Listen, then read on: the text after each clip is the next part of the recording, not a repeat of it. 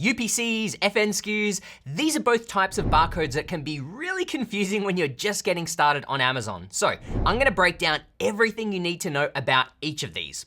First up, you have UPC barcodes, or Universal Product Codes. These are used worldwide and are commonly used in retail stores. Pick up any item around your house and it most likely has a UPC barcode on it. So, do you need to put this on your Amazon product? Well, there's two parts to that question. Firstly, Amazon requires you to have a UPC barcode in order to create your listing. So yes, you do need to get one. There are some exceptions where you can create a listing without one, but just to keep things really simple, yes, you do need one. When you go into create a listing, here is where you're gonna be asked to enter in your UPC barcode. And you need this in order to finish creating the listing. Now, the second part of this question is what happens once you've created your listing. At that stage, Amazon doesn't actually require you to stick your UPC barcode onto your actual product. Instead, Amazon assigns you their own in-house barcode called a FNSKU barcode, which is the second one that we're gonna talk about a little bit later.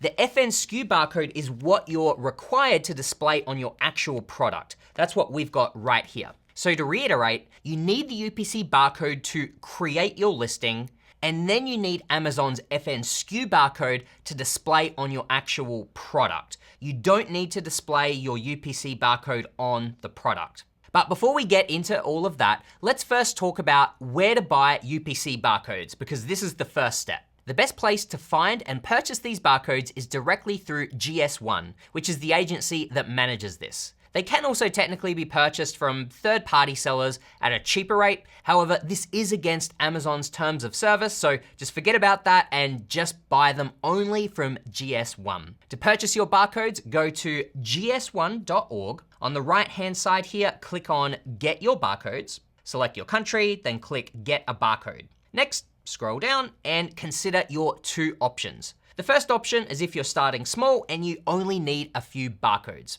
Each one is gonna cost you $30 and you can buy as many as you like. Now, the second option here is gonna be better if you need more than just a few barcodes. As a general rule of thumb, if you need less than 8, stick with the first option. But if you're needing 8 barcodes or anticipate needing more than 8 in the future, then you're better off going with the second option for the best overall savings. So how do you know how many UPC barcodes you need to purchase? I'm gonna break this down because I know there's always a lot of confusion here. So if you're just selling a single product, then you only need one UPC barcode. So let's say I'm just selling these Jungle Snugs. These are baby hooded towels. This is the only product I'm selling. I need one UPC barcode.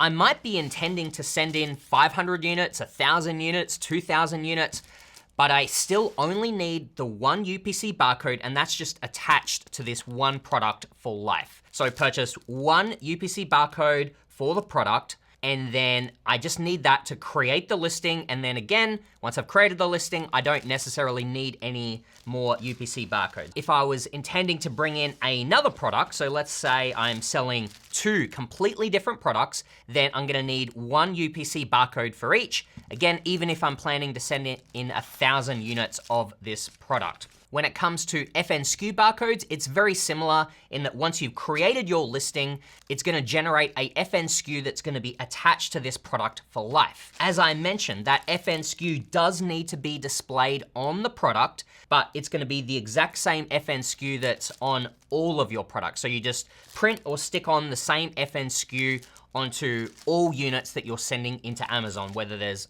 500, 1,000, etc. So I think it makes sense that if you're creating separate products that you would need separate UPC barcodes in order to create those listings. But what about if you're selling multiple variations of the same product? So it might be hard to tell here, but on the left, we've got gray elephant, and on the right here, we've got blue bear, which is a really nice color.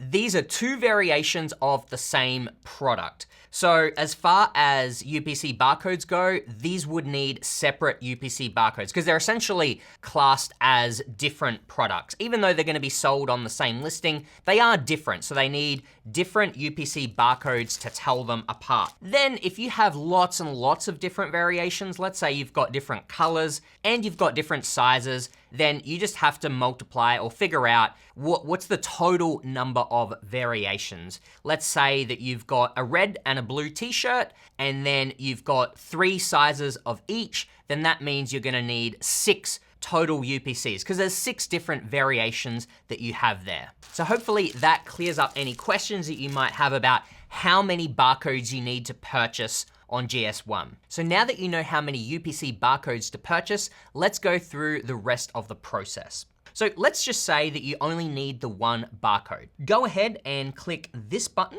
to begin adding it to your cart. From here, enter your brand name, which is the name that you want to share with your customers, and usually this is different than your registered business name. So for example, let's say that my business name is Lenny's Products LLC, and my brand name is Lenny's Pet Supplies. Because the latter is the name that I want my customers to see, that's the brand name that I'm gonna enter here. For the product description, this is the description that you share with retailers, not the marketing description that you share with shoppers. So you'll want to include these 4 pieces of information: your brand name, type of product, product variation, and net contents. For example, Lenny's Pet Supplies Dog Pad Large 3-pack. Then click Add to Cart and continue as new. This will bring you to a general checkout page, and once you fill out all the information, click Confirm Order.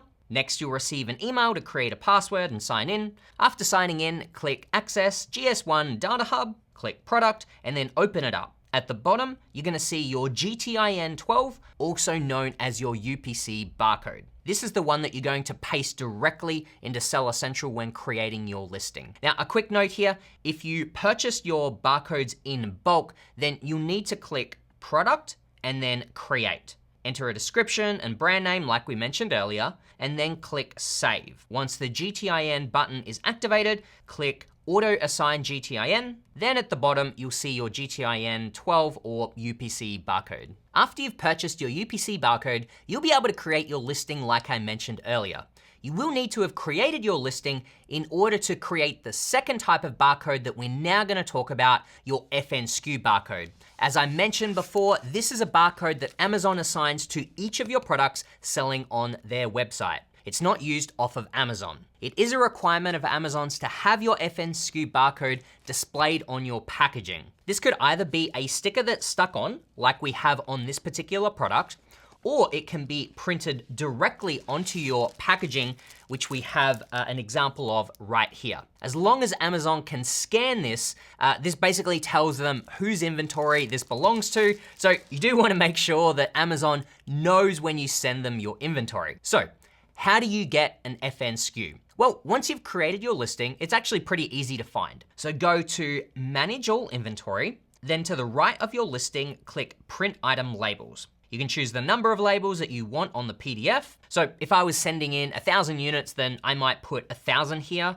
But I've also had situations where my supplier has said that they prefer just 1 barcode on the sheet, and then they're gonna print out that sheet, 1,000 times onto a sticker. So it doesn't really matter. And keep in mind, you can always come back in here and generate more if you need. It's not something that you only do once. You have paper size choices here, but I always leave it at the default. This now gives you your PDF, which you would then pass on to your supplier to either print out onto stickers or to attach to your product, or you might even give this to your designer if you're getting custom packaging made for your product. In the long term, I'd recommend just getting it designed onto your custom packaging. That way no one ever has to deal with stickers, and you've got peace of mind knowing that it's always gonna be on your product. So now let's talk about the packaging, as there are 2 main requirements. The first one is to display your FNSKU barcode, which we've just covered. The second one is to display your country of origin. This is the country that your product was manufactured in, and it must be displayed on the product itself and in the product packaging.